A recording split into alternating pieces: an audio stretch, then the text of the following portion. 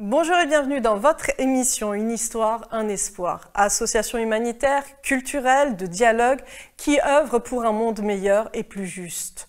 C'est aussi des personnes qui ont besoin d'être entendues, de raconter leur histoire, pour être soutenues psychologiquement, physiquement ou financièrement. La concrétisation d'un projet se fait ensemble, main dans la main. L'espoir est un mot puissant qui peut sauver des vies et soulager des cœurs et des âmes. C'est le rappel de l'importance d'aider son prochain, de favoriser l'inclusion et de mettre en avant la richesse de la diversité. Aujourd'hui, nous avons le plaisir d'accueillir la famille d'Alassane Sangaré, décédée en prison. Elles veulent des réponses, des explications. Djenaba Sangaré, responsable communication, Kelly Vaz, mère au foyer, et Kadiatou Sangaré, auxiliaire de vie. Bonjour à toutes les trois. Bonjour d'être là dans l'émission Une histoire, un espoir pour raconter l'histoire de Alassane Sangaré. Donc avant de vous donner la parole, on va regarder en images une courte vidéo sur Alassane Sangaré.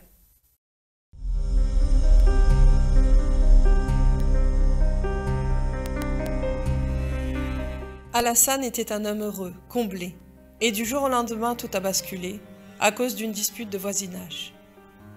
La vie l'a séparé de sa famille et il est mort en prison et a été enterré le 10 février 2023. Ce qui était joie est devenu tristesse et colère. Tant de questions et d'incompréhension.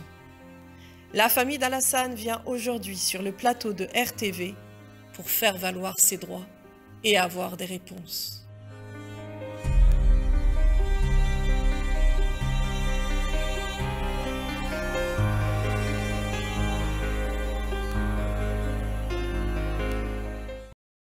C'est très émouvant. Et Djenaba, justement, vous êtes responsable communication de l'association Alassane. Parlez-nous un peu justement de son histoire. Alors son histoire, Alassane, elle est complètement tragique puisque il a été incarcéré et mis en garde à vue pour un conflit de voisinage le 19 novembre. Il a été mis pour un conflit auquel il n'avait même pas participé, puisque c'était une altercation qui avait lieu entre ma belle-sœur Kelly et une voisine. Alassane n'avait pas participé à cette altercation, mais il a été appelé en garde à vue pour parler des faits avec Kelly. Et ils ont expliqué tous les deux les faits. Et ils avaient expliqué qu'Alassane n'avait pas participé à cette altercation. Néanmoins, il a quand même été envoyé en détention provisoire pour un jugement qui devait avoir lieu le 9 janvier. Sauf que 5 jours après sa détention provisoire, on nous annonce qu'il est mort. D'accord. Voilà. Okay. Ils ont appelé le commissariat de proximité à contacter Kelly, sa femme, pour lui annoncer le décès. Donc nous sommes tous arrivés déjà complètement déboussolés, parce que déjà l'histoire en elle-même, elle est complètement tragique.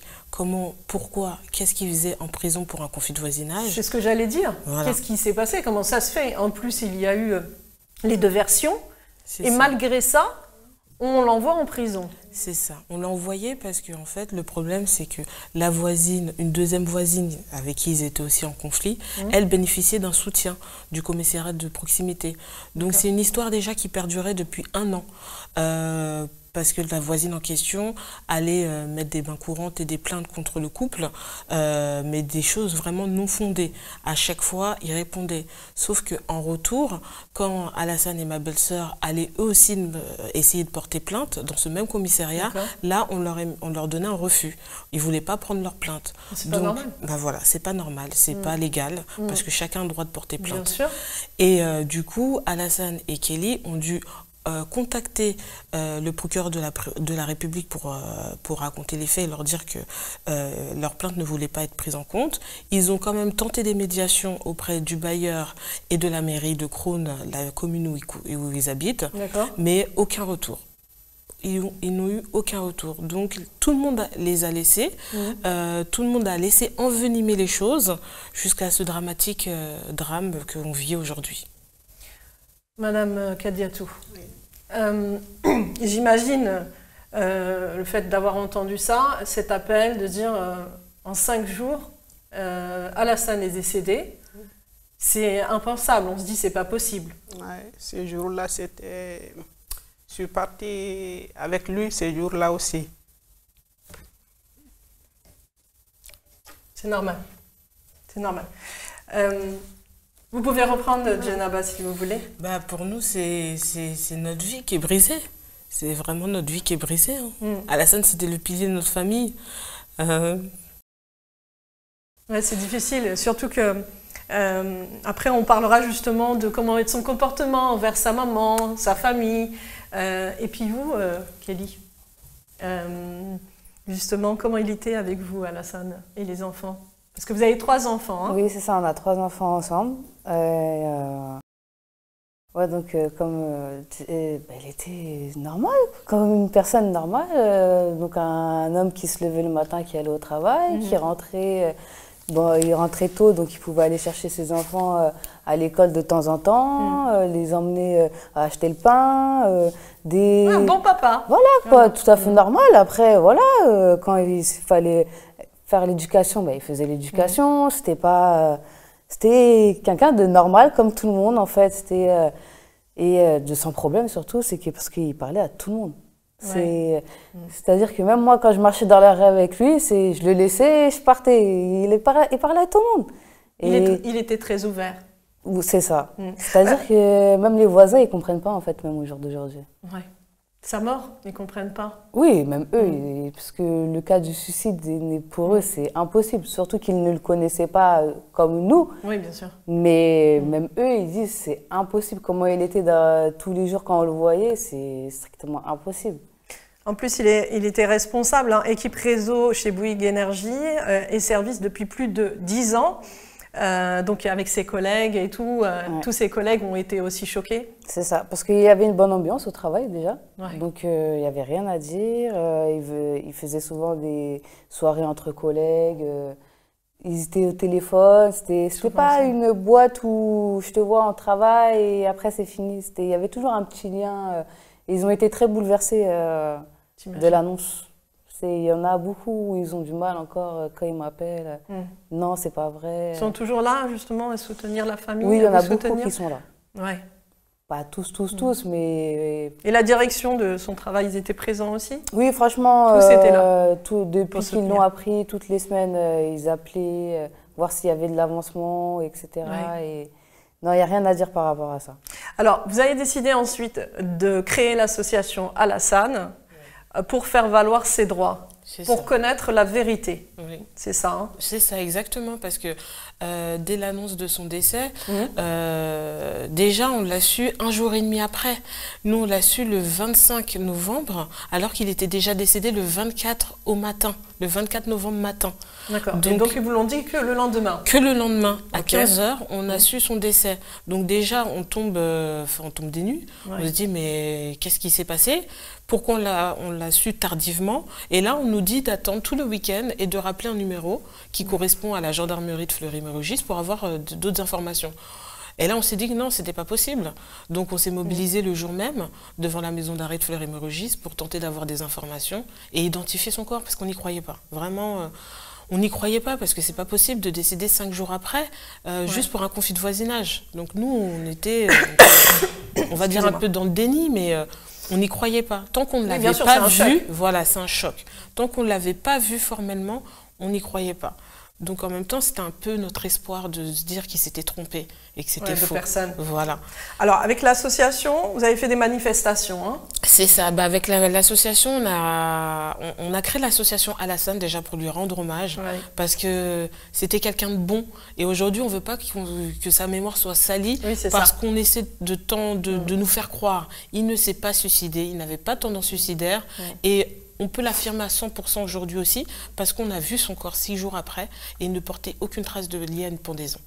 Donc déjà, on n'y croit pas. Et puis, comme Kelly l'a dit, comme elle l'a décrit, c'était Alassane, c'était pas ça. C'était pas lui, c'était pas quelqu'un qui aurait laissé sa famille, sa femme, ses enfants, sa mère, nous. Impossible, il était aimé, il aimait les gens, la vie, il aimait la vie. Donc il se serait jamais ôté la vie pour un conflit de voisinage en plus. On va regarder justement une manifestation, une vidéo d'une manifestation. On regarde ensemble. Je remercie tout le monde, tous ceux qui sont venus. Merci à tous depuis les premiers jours jusqu'à là. Je ne sais pas quoi dire pour vous. Merci à tous pour la gentillesse que vous nous avez fait, de remonter le moral et tout. Sans vous, on ne savait pas ce qu'on allait faire, où on allait être. Merci beaucoup à tout le monde. Aujourd'hui, on est là pour se battre pour lui, mais pas que pour lui. Il a des enfants, tout le monde a des enfants. Si on laisse les choses comme ça veut dire quoi? Que dans le passé, on peut perdre nos enfants de la même façon? Non, pas du tout. Donc aujourd'hui, on est là pour se battre pour lui, pour sa mémoire. On ne peut pas se dire qu'il s'est suicidé. C'est-à-dire que moi, je ne connaissais pas mon mari depuis 10 ans, que j'ai jamais vécu avec lui alors, que sa famille ne le connaissait pas et qu'il nous a abandonnés. Et ça, c'est inconcevable, parce que c'est pas lui. Et on le sait très bien. En tout cas, merci beaucoup. Et j'espère que vous nous suivrez jusqu'au bout, parce qu'on a besoin de vous surtout. On est là, nous, mais on a besoin de beaucoup de monde.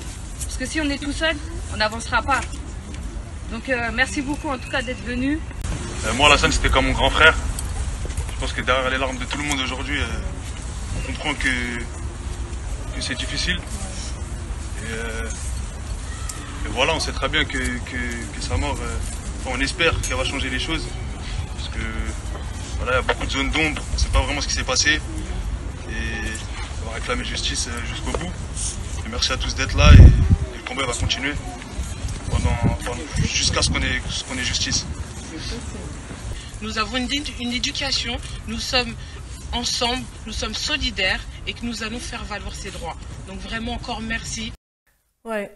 Heureusement, il y a tout ce soutien, hein, toutes ces personnes qui étaient là. Comment vous avez fait justement pour pouvoir avoir toutes ces personnes, tout ce soutien-là?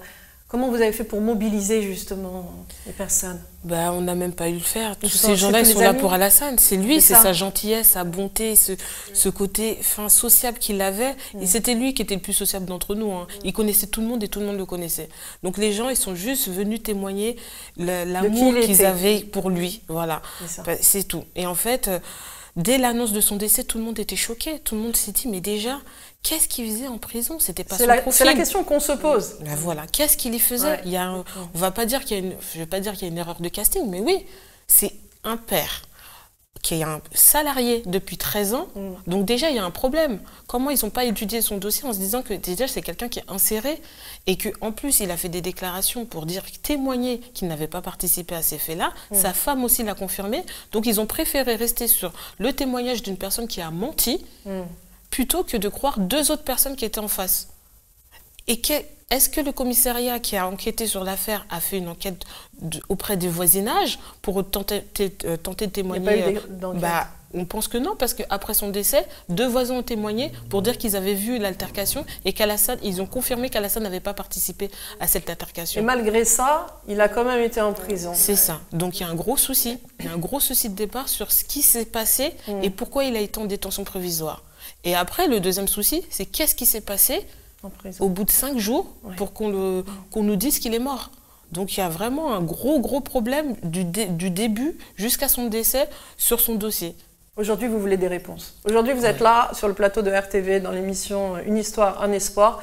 Votre espoir, justement, aujourd'hui, c'est d'avoir des réponses. Qu'on réouvre le dossier d'Alassane pour réellement comprendre. Avoir aussi le rapport d'autopsie, parce que vous ne l'avez pas eu, je crois. Oui, là, en plus, c'est même pas rouvrir le dossier, c'est ouvrir même un dossier. Parce qu'aujourd'hui, nous n'avons rien.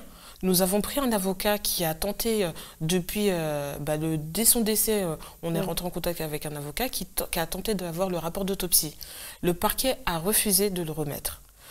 Et de remettre également le dossier de l'enquête, puisque l'enquête est terminée auprès de la gendarmerie de Fleury-Mérogis. Donc là, aujourd'hui, notre avocat n'a rien pour qu'on puisse commencer à lui aussi travailler. Bien sûr. Nous avons des éléments. Nous avons réussi à recueillir des éléments qui sont entre les mains de notre avocat et de la justice. Donc, on a porté plainte le 20 janvier contre X pour violence volontaire aggravée ayant entraîné la mort sans intention de la donner, pour tenter d'avoir un juge d'instruction qui soit nommé. Mais nous sommes toujours en attente, donc voilà. Depuis, aucune réponse? Aucune réponse, on attend toujours. D'accord. Et l'avocat, donc, il n'a pas réussi à avoir justement le rapport d'autopsie? Non, nous avons dû nous mobiliser pour tenter de savoir, et nous avons su que le rapport d'autopsie avait été donné au parquet depuis début janvier. D'accord. Alors que le parquet communiquait auprès de notre avocat en disant qu'il ne l'avait pas pour l'instant, et que dès qu'il l'avait, il le donnerait à notre avocat. C'est grâce à notre mobilisation devant l'Institut médico-légal que nous avons su qu'il était là. Ils étaient embêtés, ils ont contacté notre avocat en lui disant « Ah, on va vous l'envoyer ». 2 jours après, il le rappelle en disant « Non, on ne vous l'envoie pas ». Donc, qu'est-ce que ça cache? Qu'est-ce que tout ça cache? Et quels sont leurs arguments pour ne pas envoyer ce dossier? Ben parce que c'est quand même un droit. Voilà, c'est un droit.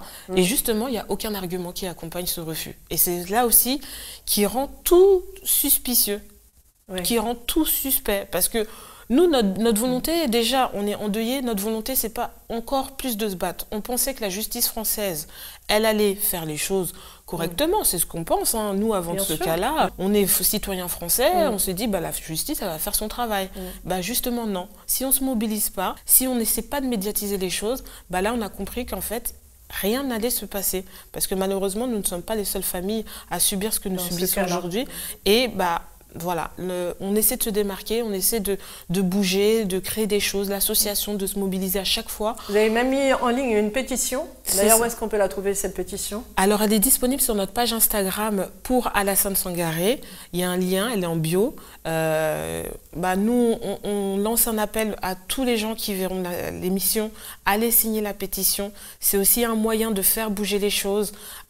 C'est aussi un moyen de nous soutenir, parce qu'il y a beaucoup de gens qui nous soutiennent aujourd'hui, parce qu'ils ont entendu l'histoire d'Alassane à travers les réseaux, des radios, etc. On les remercie parce que c'est grâce aussi à eux qu'on arrive aujourd'hui à tenir, parce que c'est pas évident, on est vraiment brisé, mais on essaie de garder la tête haute pour lui, parce que c'était un homme fort, battant, qui nous aimait. Et c'est la moindre des choses qu'on puisse faire, c'est lui rendre hommage aujourd'hui pour se battre, pour établir son nom. C'est ça. Et surtout pour avoir la vérité, savoir.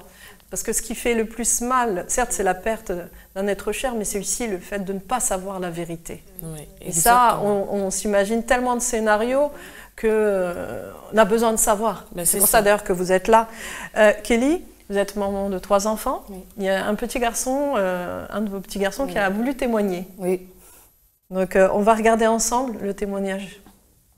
Bonjour, je m'appelle Tidjane Sangaré. Je suis le fils de Alassane Sangaré. Alors, ce que j'aimais bien avec mon père, c'est que des fois on sortait acheter des brochettes au foyer.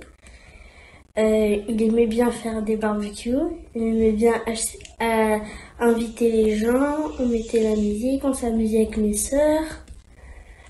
Partout où on y allait, dans les magasins, il nous disait d'acheter des bonbons, des jouets. Aussi, il aimait bien sortir avec nous. Il aimait bien aller en vacances avec nous. Il m'emmenait au travail avec lui, mais le soir.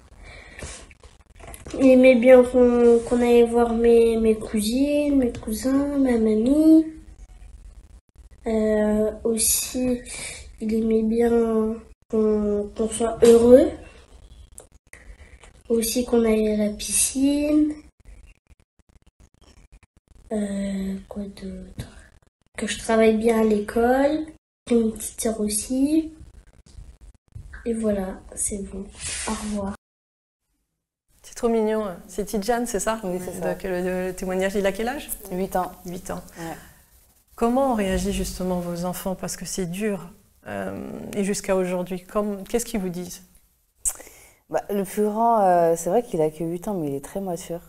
Et il y a des choses qu'il ne comprend pas. En fait, il a besoin d'être éclairé à chaque fois. Ouais. Déjà sur le fait que son père, pourquoi il est en prison. Parce que quand je lui ai annoncé que son père était en prison, il n'a pas compris, parce que mes enfants étaient témoins de la scène. Donc il a très bien vu que son père n'avait pas participé, donc il n'avait pas compris pourquoi il était en prison. Déjà, ça a commencé de là. Et du coup, pour le décès, je ne savais pas comment lui dire, je ne savais pas comment faire. J'avais peur pour lui surtout. Oui. Mais en fait, il l'a assez... en fait, quand il est rentré de l'école et qu'il a vu tout le monde, il s'est dit, il y a un problème. Oui, il a su. Ouais, il a deviné. Normalement, quand il y a tout le monde, comme ça, il y a toute la famille, des deux côtés, c'est que c'est la fête, c'est l'anniversaire.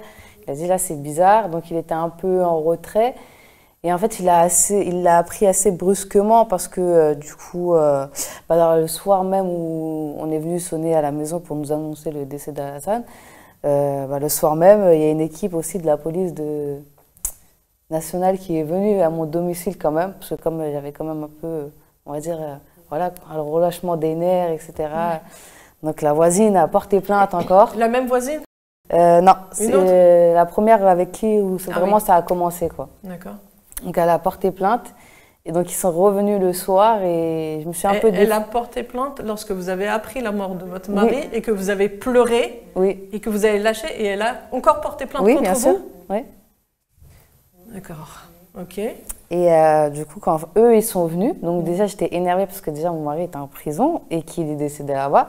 Donc, j'ai dit déjà que mon mari était chez vous et vous osez venir chez moi. En fait, je sais que c'est vous qui avez fait quelque chose. Et en fait, dans l'énervement, en fait, j'ai pas fait attention qu'il y avait mon fils juste à côté. C'est-à-dire, en fait, il l'a appris soudain et il m'a regardé. Mais après, en fait, il a voulu tout savoir. Il fallait que je lui explique tout, de A à Z, c'est-à-dire dans les détails. Parce qu'au début, c'est vrai qu'on sortait beaucoup. On allait à la prison de Fleury, on avait les rendez-vous et tout. C'est-à-dire, j'étais amenée à les laisser souvent. À chaque fois que je rentrais, c'est « Alors, c'était quoi? Ils t'ont dit quoi? Alors, c'est quoi ?»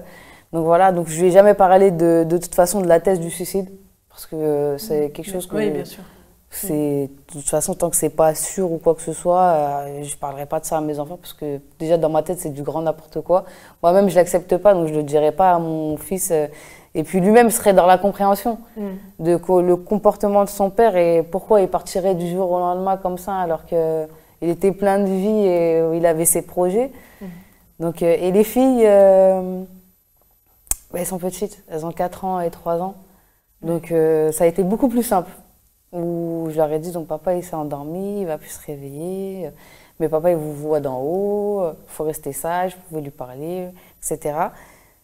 En fin de compte, elles ont très bien compris. Je pensais pas qu'elles allaient réaliser, mais elles ont très bien compris. Et depuis que du coup on a pu faire l'enterrement et que je puisse les emmener sur la tombe de leur père, etc., ça leur fait beaucoup de bien. Bien sûr. Ça participe au processus du deuil. Et même s'ils sont petits et qu'ils n'ont pas la même... C'est pas pareil qu'un adulte ou un enfant, à partir de 7 ans, il commence à prendre conscience. Mais là, 3 ans, 4 ans, en fait, c'est après. Il va falloir toujours expliquer. Parce qu'après, c'est là où ils vont vous poser des questions, ils vont se poser les questions et ils vont passer par plein d'émotions. Donc c'est pour ça que c'est important. Et puis qu'ils aient vu la tombe, c'est aussi important pour faire le processus de deuil. Oui, parce que depuis novembre à février, ça fait presque 4 mois. Donc ça veut dire que... Ils se disaient, mais en fait, mon papa, il est plus là, mais on n'a rien vu. C'est ça, voilà ce qui est des paroles. Donc, en fait, là où j'ai emmené la première fois les filles, c'est là qu'elles se sont dit, ah oui, effectivement, il est vraiment plus là. Mais ils savent qu'il est à côté de la maison, qu'on peut aller le voir quand ils veulent. Ça, c'est pas un problème. Et ils sont là, dessin. Et quand ils y vont, et papa, j'ai fait ça aujourd'hui. Vraiment, ils racontent quoi? Tout. Ouais, c'est vraiment... Quand vous êtes parti voir Alassane en prison, qu'est-ce qu'il disait, Alassane? Non, je n'ai pas vu. On n'a pas eu le temps. Ah non, on n'a pas eu le temps. Ah oui, d'accord. Parce qu'il est rentré le samedi, donc 19. Le lundi, d'ailleurs, la prison m'appelle pour me dire qu'ils avaient eu Alassane en entretien, donc la SPIP de la prison. D'accord. Donc le soir même, avec sa maman, avec Adjatou, on va du coup à la prison déposer les affaires qu'il a demandées, parce que monsieur a demandé des affaires chaudes, et et ça. Donc on lui dépose le soir, mais on est arrivé, je crois, 5 minutes en retard avant. Donc le lendemain matin, donc Adjatou a pris les affaires, parce que moi je déposais les enfants, donc elle est partie les déposer elle-même à la prison. C'était quand? Le lundi qui suivait. Lundi 20. D'accord. Donc le mardi 21. Adjatou dépose des affaires à la prison. D'accord. Dès qu'on a eu ses numéros d'écrou aussi le lundi, je crois que sa petite sœur Fatou avait fait directement un virement bancaire pour qu'il ne se retrouve pas sans rien. Donc on a tous, moi même avec les enfants, on avait écrit un courrier. Le jeudi, tu es parti faire la demande de parloir, le jeudi matin. D'accord. Et en fait, il était déjà décédé. Et ils ont laissé ma mère faire une demande de parloir. Alors, d'accord. Si je comprends bien, il était déjà décédé et on vous a laissé faire la demande de parloir pour le voir. On vous a pas dit? Non. Et moi, le vendredi matin, j'avais rendez-vous avec son avocat, donc je vais au tribunal faire ma demande de parloir aussi. Et on me dit rien encore. Et on vous dit rien? Non. C'est pour ça que ça m'a surpris. Et quand Vous leur avez posé la question de pourquoi vous avez laissé ma mère faire une demande de parloir alors que vous saviez pertinemment que son fils était mort. On leur a demandé, mais ils restent évasifs. Oh, mais on n'avait pas vos coordonnées, c'est pour ça que vous l'avez su un jour et demi après. Puis là, quand on leur dit, mais c'est étrange, la SPIP a appelé sa femme pour demander des affaires chaudes, donc vous aviez ces coordonnées.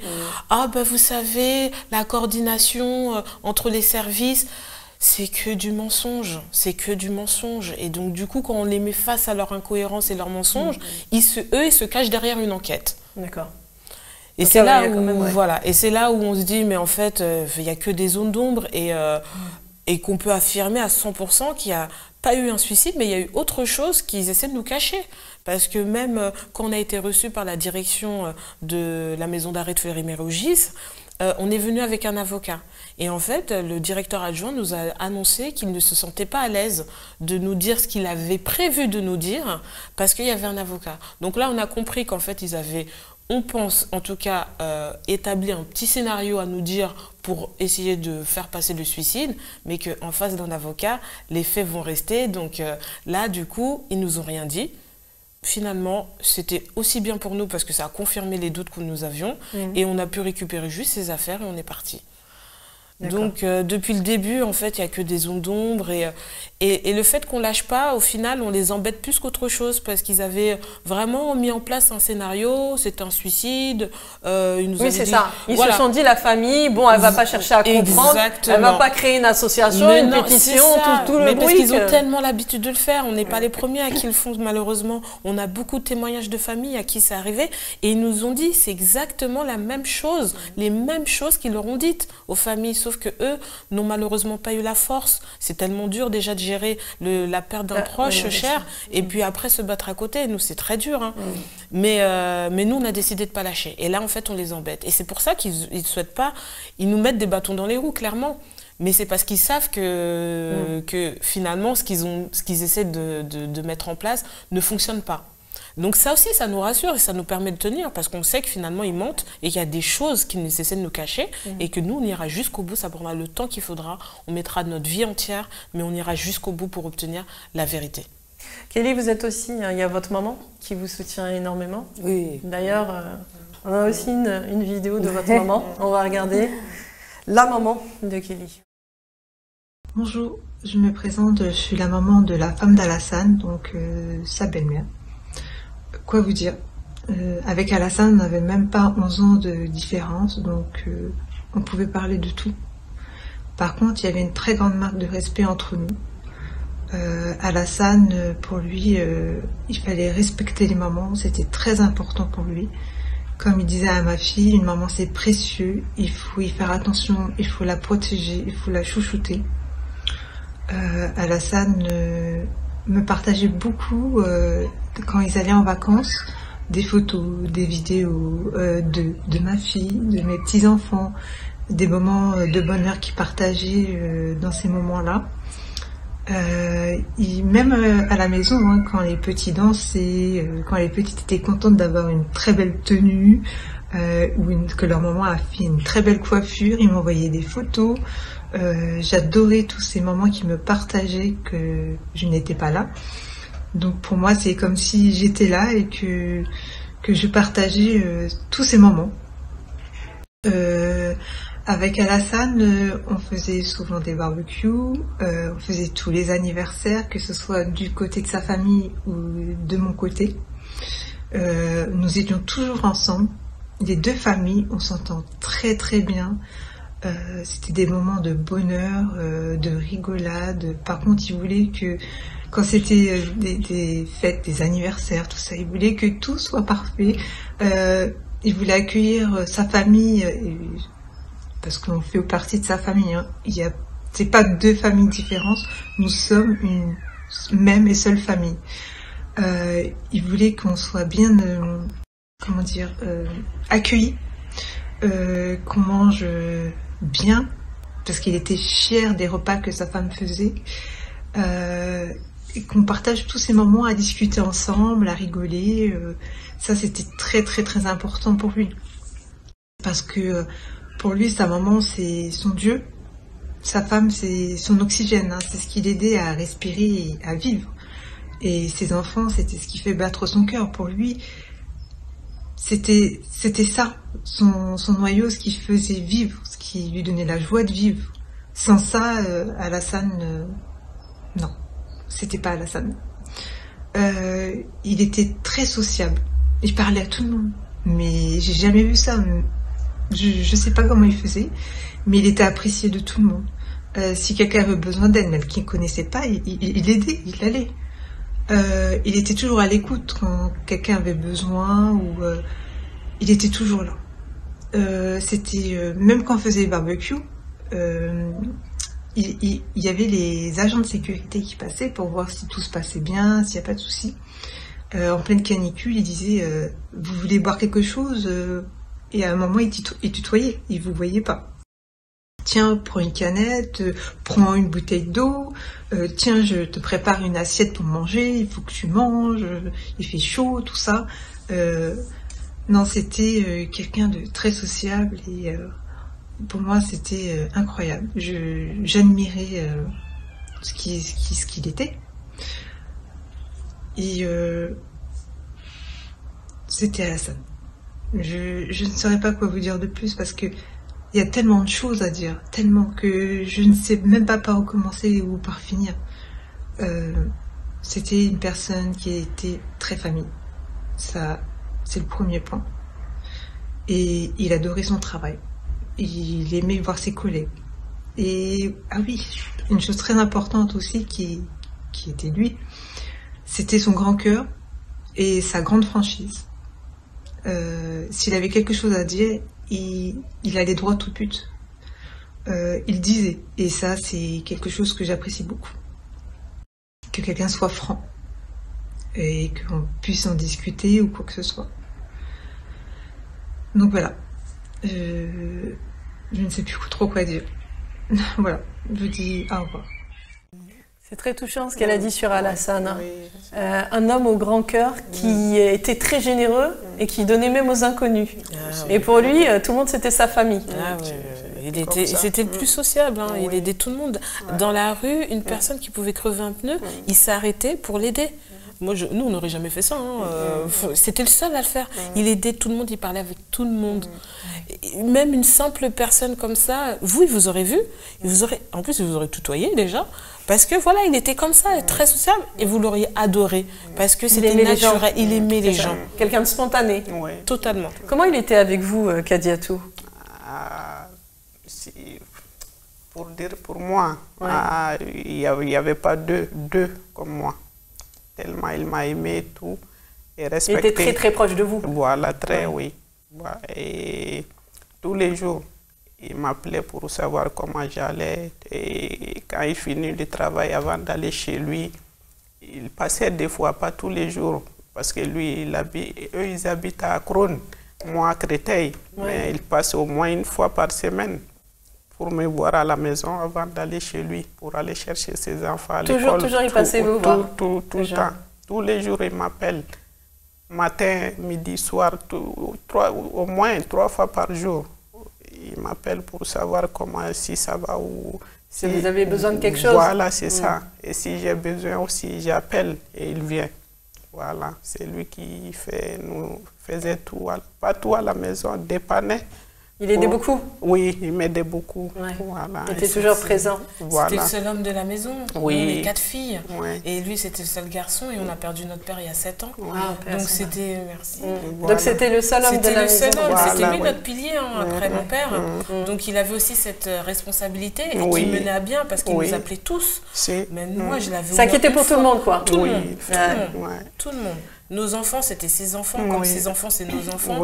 On était vraiment en plus, le décès de mon père, ça nous a encore plus resserrés, ça nous a encore plus soudés. Il était très proche. Voilà, et lui, il a créé ça, et a créé voilà, il voulait ce lien de famille sacré pour lui. C'est ça. Et même, il a réussi à élargir parce que il y a les sœurs de ma mère, ses enfants, il a appelé tout le monde pour qu'on soit Et aussi la famille de Kelly. Ah oui, elle était... Comme elle a dit, c'est une seule famille. Et ça, c'est Alassane, ça. C'est lui qui était le ciment de toutes les familles et de tout le monde, d'ailleurs, les amis et tout. Voilà. Même après son décès, aujourd'hui, les gens qui sont là, c'est que grâce à lui. Même des gens qui se connaissaient, mais qui se connaissaient comme ça, elles se sont retrouvées pour le décès d'Alassane, elles se disaient, mais c'est grâce à Alassane qu'on sait qu'on se connaît. C'est incroyable ce qu'il a créé. Et en fait, aussi, aujourd'hui, vous êtes là pour rendre hommage à Alassane Sangaré, pour connaître la vérité, mais aussi pour toutes ces familles qui vivent la même chose, qui ont vécu la même chose et qui ne sont pas là, qui ne peuvent pas parler et qui vivent leur souffrance en silence. Et ce qui est important aussi, c'est de parler parce que certains médias vont dire oui, il est en prison. Et les gens vont juger. Bon, bah, c'est un délinquant. Alors que là, en fait, le fait de vous donner la parole, bah, vous expliquez les choses. Et c'est ça qui est important. C'est de pouvoir être là. Vous avez créé cette association, mais cette association, c'est vérité pour toutes les victimes. Donc, je pense qu'Alassane, il est là pour chaque action que vous faites. Alassane, il est là, en fait, c'est le porte-parole de toutes les victimes dans le monde entier. Parce qu'il y a beaucoup d'injustices dans le monde entier. Et il y a beaucoup d'innocents, malheureusement, qui meurent. Donc, c'est important. Et c'est vrai que vous êtes tellement entourés, et on voit grâce à Alassane de ce qu'il a fait. Et malgré qu'il soit de l'autre côté, il est encore vivant à travers ce que vous faites, mais à travers aussi tous vos amis, vos familles, qui se rappellent d'Alassane. Il a laissé des traces, quoi. Ah oui, oui, oui. Et c'est ça qui est important. Je reviens avec vous, Kelly. Il y avait la belle maman, enfin il y avait la maman, et maintenant il y a une amie aussi qui a tenu à... Parlez-nous de cette amie, c'est Thelma, c'est ça? Oui, c'est ça. Bon, en fait, c'est ma meilleure amie depuis le collège. Donc ça fait presque 15 ans qu'on se connaît, même plus. Depuis le collège, oui. Ouais, depuis le collège. Et elle a toujours été là, c'est-à-dire, en fait, le premier jour où Alassane est venu me parler dans la rue, en fait, elle était avec moi. Ah, d'accord. Donc en fait, elle était là vraiment du début à la fin, quoi. C'était vraiment... elle le connaissait très bien. Donc, parce qu'au début, quand on rencontre une personne, « Oh non, je vais avec ma copine, un petit truc comme ça et tout. » Donc, elle était tout le temps là et tout. Donc, en fait, il l'a pris aussi. Pour lui, c'était... c'est comme ma sœur, donc pour lui, c'était la même chose. C'est-à-dire qu'elle-même, elle a un fils, c'était son neveu. En fait, il n'y avait pas de différence, il n'y avait rien, en fait. Donc, c'est Thelma. C'est ça, Et Thelma aussi, elle a voulu témoigner aujourd'hui dans cette émission. Une histoire, un espoir. On regarde Thelma. Salam alaikum. On m'a demandé de faire une vidéo pour parler d'Alassane. C'est vrai que moi, j'ai pas l'habitude de m'exprimer sur ce que je ressens, sur ce que j'ai pu ressentir. Donc c'est un peu compliqué pour moi. Mais faut savoir qu'Alassane, c'était quelqu'un de joyeux, qui souriait tout le temps, qui avait la bonne humeur tout le temps. Jamais il faisait la tête, jamais il se plaignait. Il aidait tout le monde. C'était quelqu'un vraiment de bon vivant. Il aimait vivre, en fait. Il aimait sa famille, il aimait ses amis. C'est ça qui est important. Il aimait vivre. Il aimait vivre. Il aimait sa famille. Et en plus, il se sentait responsable de sa famille en étant le seul homme. Puisqu'il venait tout le temps prendre de vos nouvelles à chacune, les femmes de sa vie. C'est ça, c'est ça. On était vraiment ça, les femmes de sa vie. Après, il y a Kelly aussi qui est arrivée, puis ses enfants. Mais je pense qu'on était tout pour lui, comme il était tout pour nous. Là, aujourd'hui, ils nous ont vraiment brisés. Mais malgré tout, on se doit, on va se battre jusqu'au bout. Parce que c'est pas normal que ces choses arrivent, c'est pas normal que ça lui soit arrivé. Et c'est pas normal qu'on soit dans un pays où aujourd'hui le réseau marche plus que l'innocence finalement, que les faits. Et c'est ça en fait finalement qui est arrivé dans son cas, ce qui est terrible. Et on veut dénoncer parce que ce qui lui est arrivé peut arriver à n'importe qui. En fait, si on n'a pas de réseau, on est un citoyen lambda et puis notre vie peut basculer pour n'importe quoi, pour n'importe quel motif, et c'est pas normal. Et après ça, on se rend compte que la justice qui devrait être pour tous, elle ne l'est pas finalement. Elle est pour ceux pour qui elle a envie de défendre. Et là, on pense qu'elle veut défendre des personnes qui ont commis des choses, un acte horrible, grave. Et c'est pas normal aussi. Donc c'est pour ça qu'on se bat et on veut dénoncer. Parce qu'Alassane, c'était quelqu'un de bon, qui aimait vivre. On lui a ôté la vie et ces personnes doivent répondre de leur acte. Djenaba, donc là, vous êtes sur RTV, dans l'émission Une histoire, un espoir. Regardez, quel est le message que vous voulez passer? Dites-nous pourquoi vous êtes là aujourd'hui. Aujourd'hui, nous sommes présents pour rendre hommage à Alassane, pour montrer que ce qu'on veut nous faire croire est faux, parce qu'Alassane, c'était un bon vivant, quelqu'un qui aimait la vie et qui aimait sa famille. Aujourd'hui, nous nous battons pour réclamer la vérité sur les circonstances de son décès. Nous souhaitons qu'un juge d'instruction soit nommé, qu'une enquête soit ouverte pour connaître les circonstances de son décès. Nous allons nous battre jusqu'au bout. Nous avons également ouvert une association qui s'appelle Association Alassane, où nous voulons mettre en place des actions de prévention, de sensibilisation auprès des gens pour qu'ils puissent connaître leurs droits, puisque malheureusement nous nous rendons compte que les gens ne savent pas suffisamment que nous avons des droits et il faut les appliquer jusqu'au bout. Donc nous lançons aussi un appel aux élus, aux institutions, aux personnes qui pourraient nous aider à mettre et à avancer dans notre cause. Donc mobilisons-nous, aidez-nous à nous mobiliser. Nous sommes aussi disponibles sur nos réseaux sociaux pour Alassane Sangaré, avec aussi également une pétition, toujours pour Alassane Sangaré, qui a besoin d'être signée par vous pour qu'on puisse encore et toujours faire connaître notre histoire. Oui, Djenaba. Kadiatou, un mot. Si vous deviez dire justement, je sais que ça fait mal, mais si vous deviez dire un mot à Alassane, ce serait lequel? C'est un bon fils et qu'on aimait beaucoup. Et lui aussi, il nous a aimés. On va jamais l'oublier. Et ce qui... Attendez, j'ai du mal à m'expliquer. Ce qui lui est arrivé, ces personnes, voilà, on va se battre pour que ces personnes soient punies. Parce qu'il faut qu'elles soient punies à la hauteur de la peine et de la tristesse qu'ils nous ont infligées. Aujourd'hui, il y a une mère qui a perdu son seul fils.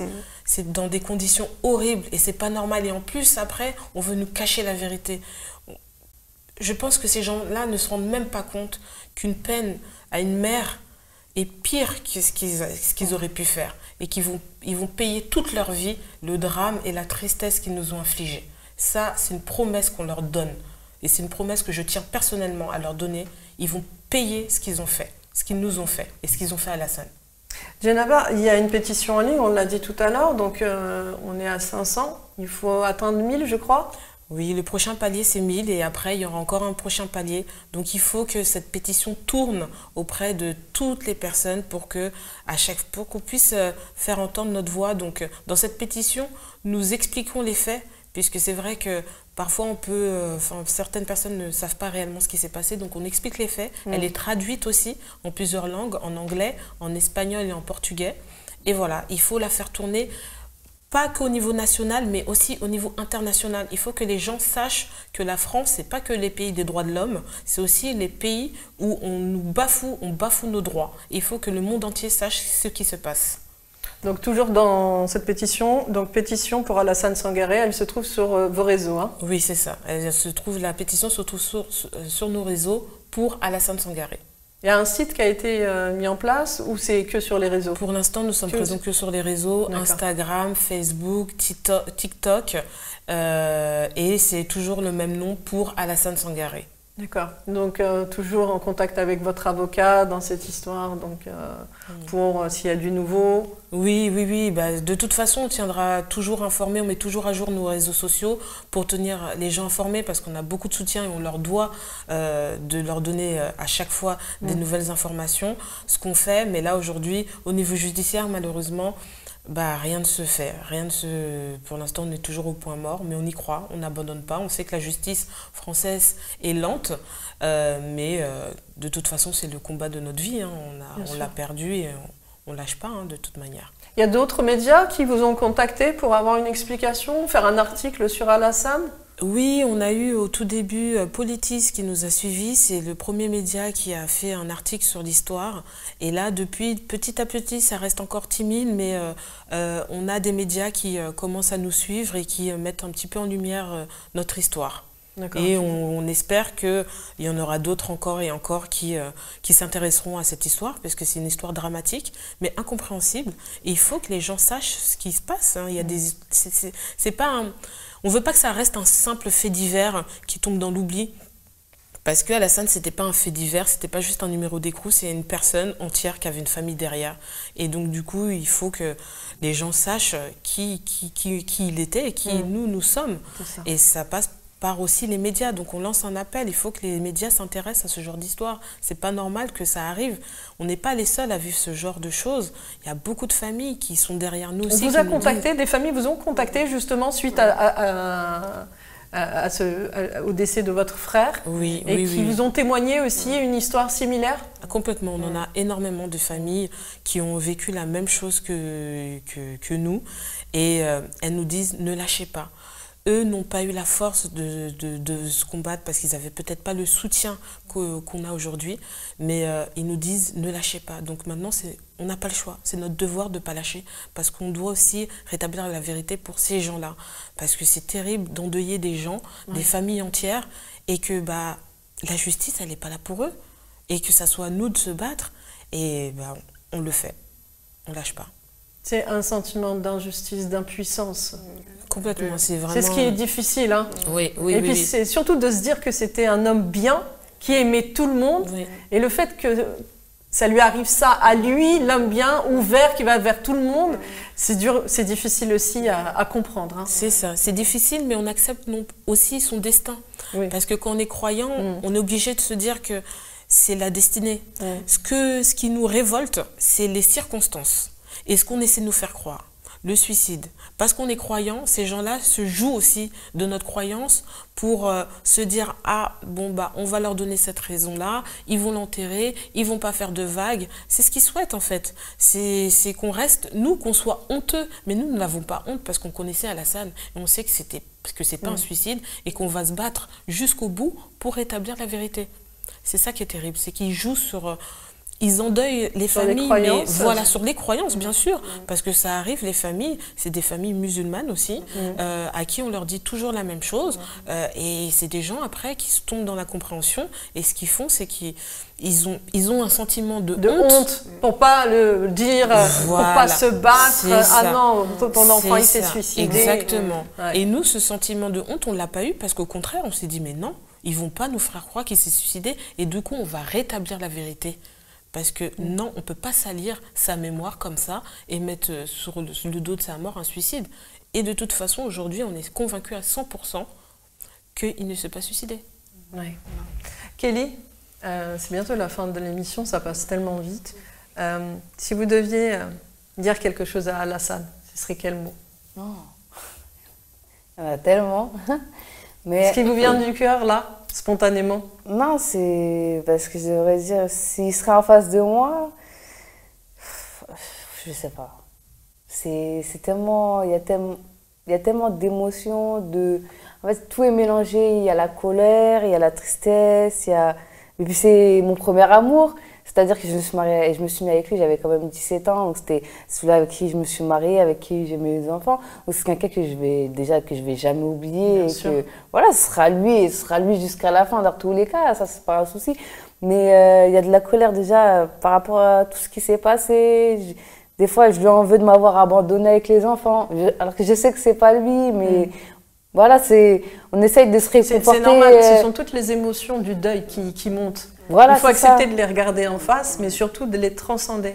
Parce que la colère, en fait, c'est surtout l'abandon. Il ne vous a pas abandonné, mais c'est le sentiment premier qui vient. Pourquoi il y a cet abandon?